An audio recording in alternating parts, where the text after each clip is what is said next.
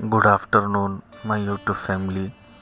मेरे YouTube channel में आप सभी का स्वागत है और आप देख रहे हैं मेरा YouTube channel my breakup story का। आज मैं आपको 7वां पेज बताने वाला हूँ। जिस तरीके से आपने 6ठे पेज में सुना कि वो मुझे दूसरे दिन मिलने के लिए आने वाली थी, कि मैं आपको सुबह कॉल करूँगी। उसने मुझे सुबह कॉल किया, मैं उसका कॉल रिसीव नहीं कर पाया, कोई कारण, मैं बिज़ी था काम में और मेरा मोबाइल साइलेंट पे था। बैंकिंग के काम में उलझा था मैं। HDFC और एक्सिस में जो प्राइवेट बैंक होती है वहाँ पे लेन देन सुबह 9 बजे से शुरू हो जाता है और मैं अपने कंपनी का डिपॉज़िट लगाने के लिए तकरीबन 8:30-9 बजे के करीब अपने घर से निकल गया था। मोबाइल साइलेंट पे था मेरा। मैं बैंक गया, बैंक में स्लिप वगैरह भरने के बाद में मैंने अपना कंपनी का डिपॉज़िट कर दिया। तकरीबन मुझे ये पूरे प्रोसेस में आधा पौन घंटा लगा और मैं अपना मोबाइल साइलेंट था। जब मैंने तकरीबन आधा पौन घंटे बाद देखा, मेरे मोबाइल पे तकरीबन 7 से 8 मिस कॉल आए हुए थे इसी औरत के जिसके साथ मेरा अफेयर शुरू था। मैंने उसे रिंग किया, वो तुरंत कॉल उठाई और बोली, मैं आपको बहुत देर से फ़ोन कर रही थी, आप फ़ोन नहीं उठा रहे थे। मैं घर के बाहर निकल के देखी तो आपकी गाड़ी भी नहीं खड़ी थी। मैंने उससे कहा कि मैं कंपनी का डिपॉज़िट लगाने के लिए गया था, इस वजह से मैं कॉल रिसीव नहीं कर पाया और मोबाइल मेरा साइलेंट पे था। वो बोली, ठीक है, आपका काम हो गया है। मैंने बोला, हाँ हो गया है। उसके बाद में वो मुझसे बोलने लगी कि कहाँ मिलना है। मैंने उससे कहा कि आप बताओ कहाँ मिलोगे। वो बोली कि अभी तो सब लोग अपने अपने ऑफिस काम पर जाते हैं, कोई हाथ मजदूरी के लिए जाता है और तुमको तो पूरा शहर पहचानता है, कहीं हमको कोई देख ना ले। मैंने बोला, बात तो सही है, फिर एक काम करते हैं, मिलना कैंसिल कर देते हैं। वो बोली, नहीं कैंसिल नहीं करना है, मुझे तो मिलना है। मैंने बोला, जब मिलना है तो फिर आओ, अपन मिलेंगे। वो तकरीबन ये समझ जाइए कि आधा किलोमीटर की दूरी पर उसके घर से मुझसे मिली। मैंने उसे अपने बाइक पे बिठाया। बिठाने के बाद में मैं उनसे बोला कि कहाँ चलना है, तो उसने तो सबसे पहले मुझे सलाम किया। मैंने सलाम का जवाब दिया। बोले, आपकी जहाँ मर्ज़ी वहाँ लेके चलो, सिर्फ मुझे आपसे एक 15-20 मिनट बात करनी है। तो मैंने बोला, ठीक है, कोई बात नहीं, गाड़ी पर ही हो जाएंगी, कहीं रुकने की ज़रूरत नहीं है, क्योंकि वो बहुत डरी डरी सी थी। मैं उसे अपनी सिटी से 10 किलोमीटर दूर लेके गया और हमने कहीं गाड़ी रोकी नहीं। तकरीबन उस दिन मैं उसको बिठा के 40 से 50 किलोमीटर तक के ट्रैवल हमने किया दोनों ने। मेरे साथ बैठी रही गाड़ी पर। 2 व्हीलर बाइक थी मेरे पास, शाइन, उस पर ही बिठा के उसको लेके गया था। वो मुझसे रास्ते में कहने लगी कि मैं अपने पर्सनल लाइफ से बहुत परेशान हूँ और तुम तो मेरे घर के सामने ही रहते हो, तुमने खुद देखा जब से मेरी शादी हुई है मुझे सुकून नाम की चीज़ नहीं है। मैंने बोला, बात तो सही है, लेकिन तुम अपने घर वालों से इस विषय में बात की?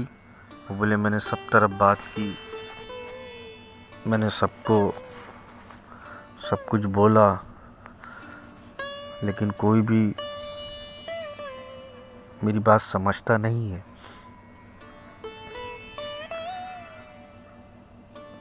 फिर अचानक से वो रोने लग गई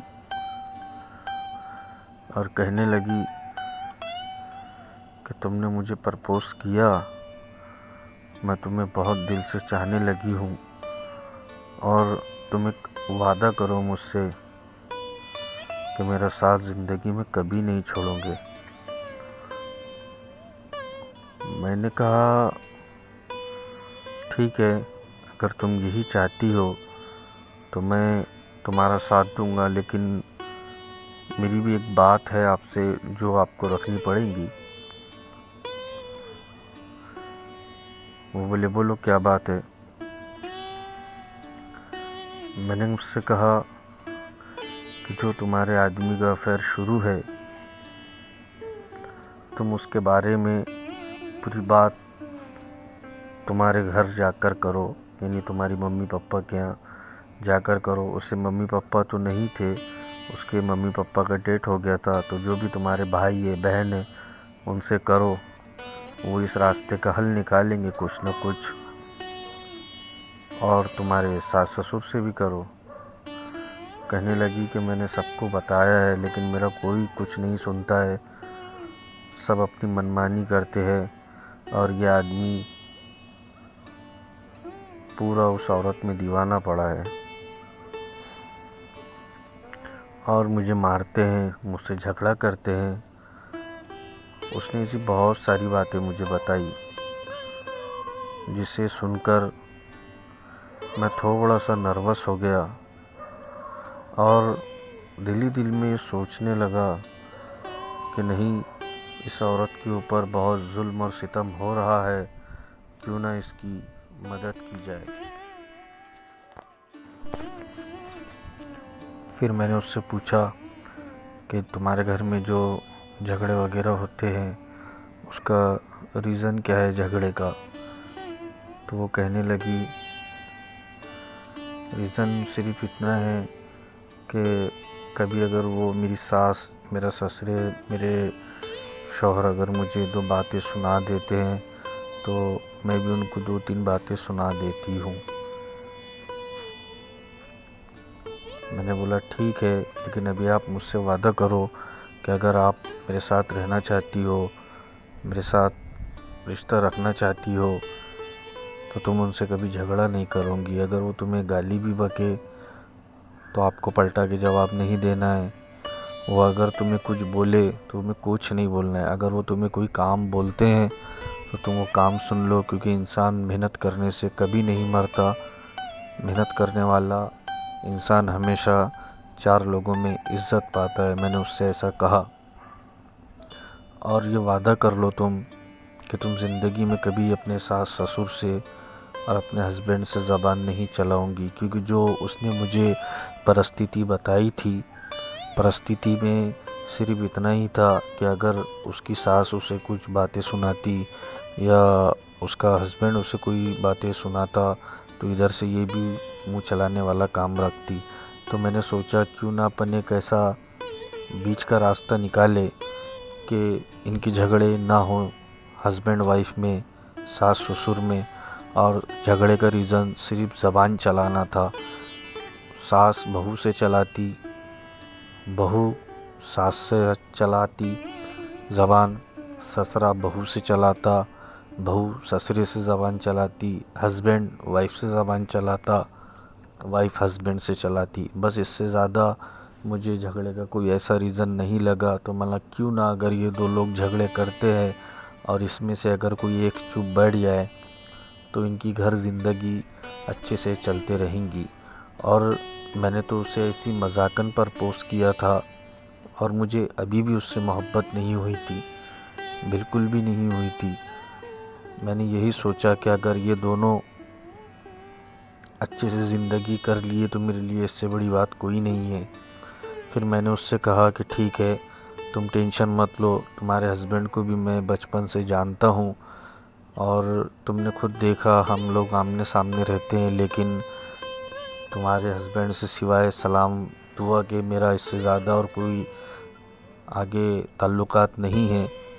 तो मैं तुम्हारे वजह से अब उससे ताल्लुकात कर लूँगा, उससे दोस्ताना कर लूँगा, और दोस्ताने करने का रीज़न सिर्फ़ यही था कि मैं किसी न किसी तरीके से इनकी ज़िंदगी के जो पत्ते बिखरे हुए थे मैं इनको रास्ते पे ला सकूं।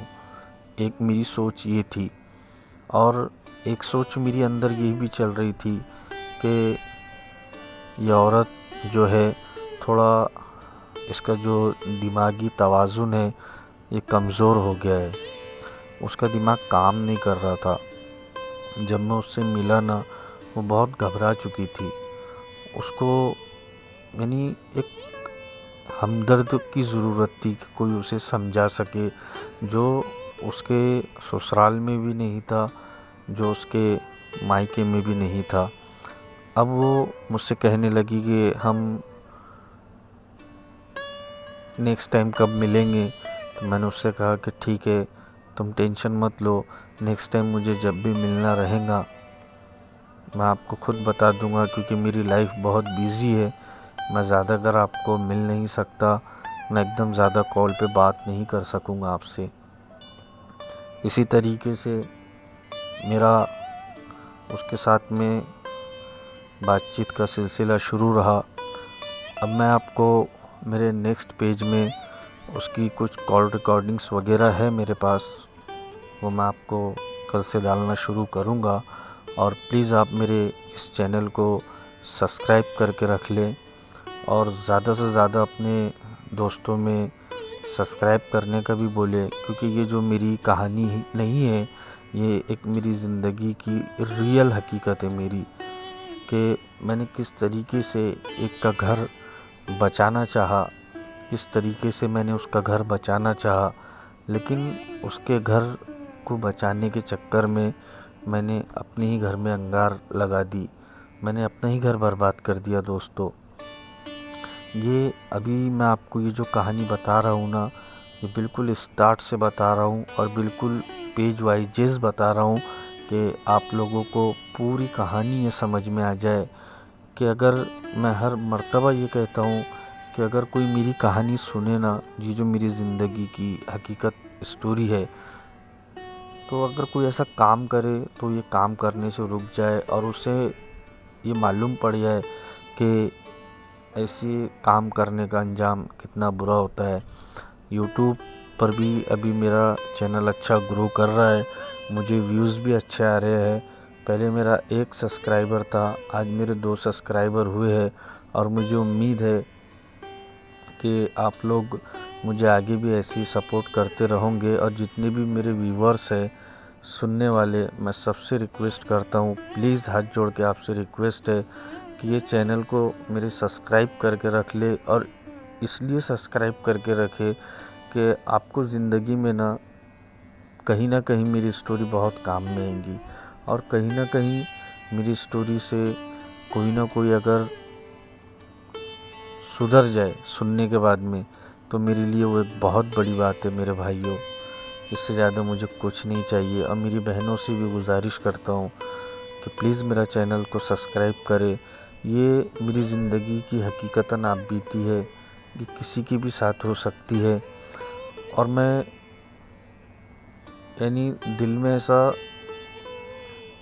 प्रार्थना करता हूँ, सोचता हूँ कि जिस तरीके से मेरे साथ खेला गया है, कोई दुश्मन के भी साथ ऐसा ना खेले। क्योंकि मैं तकरीबन 1-1.5 साल डिप्रेशन में था, मुझे कुछ समझ में नहीं आ रहा था मैं क्या करूं। प्लीज़ आप मेरा चैनल सब्सक्राइब करके रखना। नेक्स्ट टाइम फिर आपसे कोई ना कोई मेरी रियल लाइफ स्टोरी की आपको बताऊंगा, जो भी मेरे साथ हुई है। मेरी अभी रिकॉर्डिंग्स भी रिकवर हो रही है, और जो कुछ हो गई है रिकवर, वो भी मैं आपके साथ नेक्स्ट पेज में शेयर करूंगा। बहुत दिल मेरा टूट चुका था, मैंने मोबाइल, लैपटॉप वगैरह सब तोड़-ताड़ कर दिया था, लेकिन अब जितनी भी रिकवर हो जाएंगी मैं मेरे सारे ऑडियंस को बताऊंगा, और ये पूरी दुनिया के लिए एक सबक बन जाएंगी मेरी स्टोरी। प्लीज़ सब्सक्राइब करना। जय हिंद, जय भारत।